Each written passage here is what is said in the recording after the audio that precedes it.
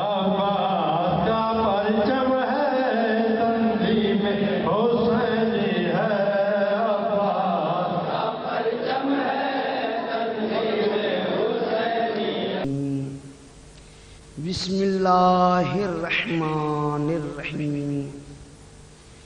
الحمد للہ الذی هو الاول والآخر والظاہر والباطن وهو بكل شيء علیم، وهو الستار والجبار والغفار والقہار، وهو القادر وهو القدیم، وهو المتکبر والمعید، وهو الأحد وهو الصمد، لم یلد ولم یولد ولم یکن له کفوا احد، ثم الصلاة والسلام على سیدنا الممجد بشیرنا المصدق نذیرنا المؤید المصطفى الامجد المحمود الاحمد بالقاسم محمد وأہل بیتہ الطیبین الطاہرین المعصومین المظلومین المنتجبین، ولعنۃ اللہ علی اعدائہم ومنافقہم وقاتلہم وغاصبی حقوقہم اجمعین، اما بعد فقد قال اللہ سبحانہ وتعالی فی کتابہ المحکم وخطابہ المتقن وقولہ احسن۔ بسم اللہ الرحمن الرحیم۔ ان اللہ لا یغیر ما بقوم حتی یغیروا ما بانفسہم۔ صلوات پڑھوائیں۔